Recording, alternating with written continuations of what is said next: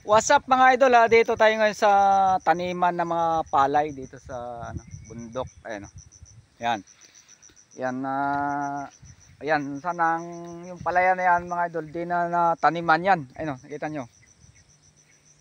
Yan kasi yung binhi ay walang binhi mga idol kasi dito naghirap rin ng binhi. Ibis na itanim mo, kainin na lang, saingin na lang. Inaasahan natin mga idol sa gobyerno magbigay ng binhi. Ay palakasan mga idol.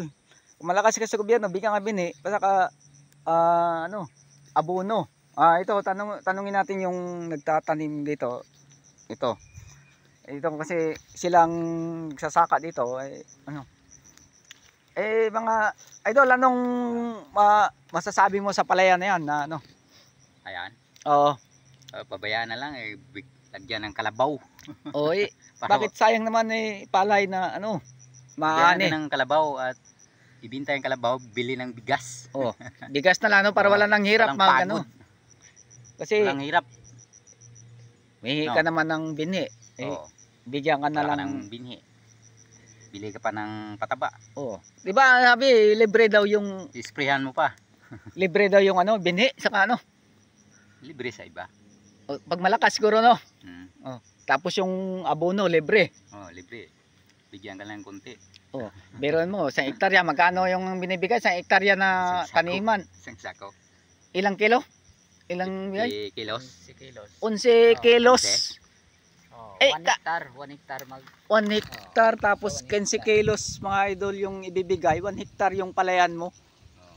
Ay, gaano lang tatakbuhin yung patak-patak, isang pitak, isang butel na na abono. Ay nasasabi ni mahal na presidente, pagtanim ani ka, paano ka makakaani? Wala na kang binhi, di ba?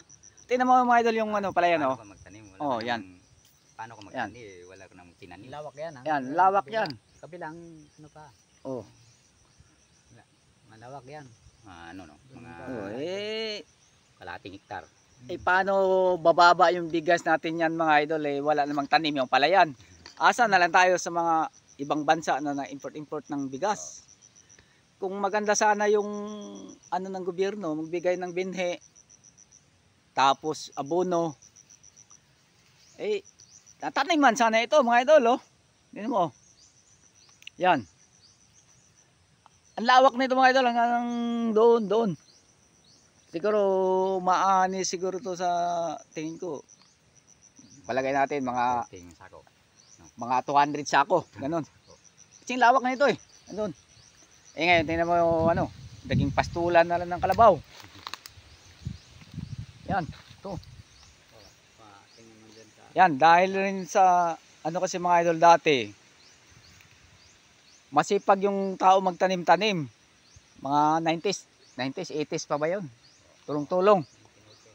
Nagdating na mga year 2000, nauso na yung mga 4-piece na yun Naging tamad na yung mga tao kasi buwan-buwan may sinasahod ka. Imbis na bigyan na ng trabaho,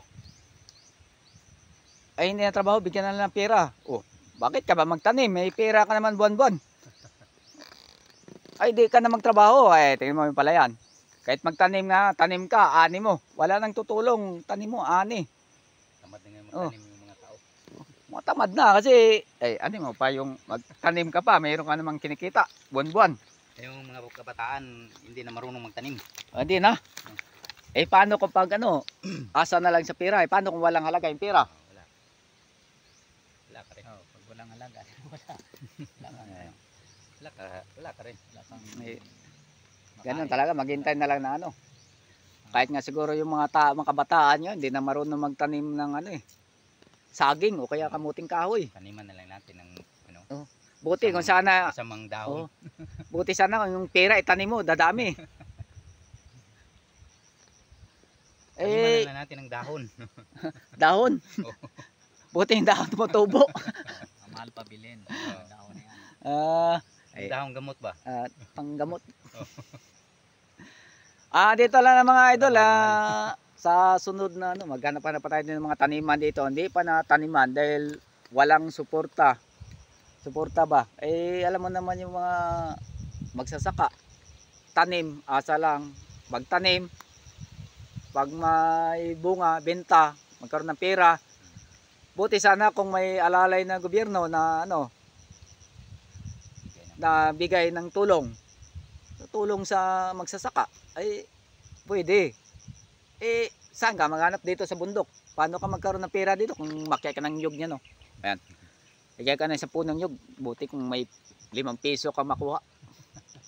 Eh kung walang bunga, Oh, tingnan Oh, mo yung nyug. yan, nyug. Ano yung nyug dito, mga ayan, walang bunga, tingnan mo. Yan, Maraming puno, walang ayan. bunga.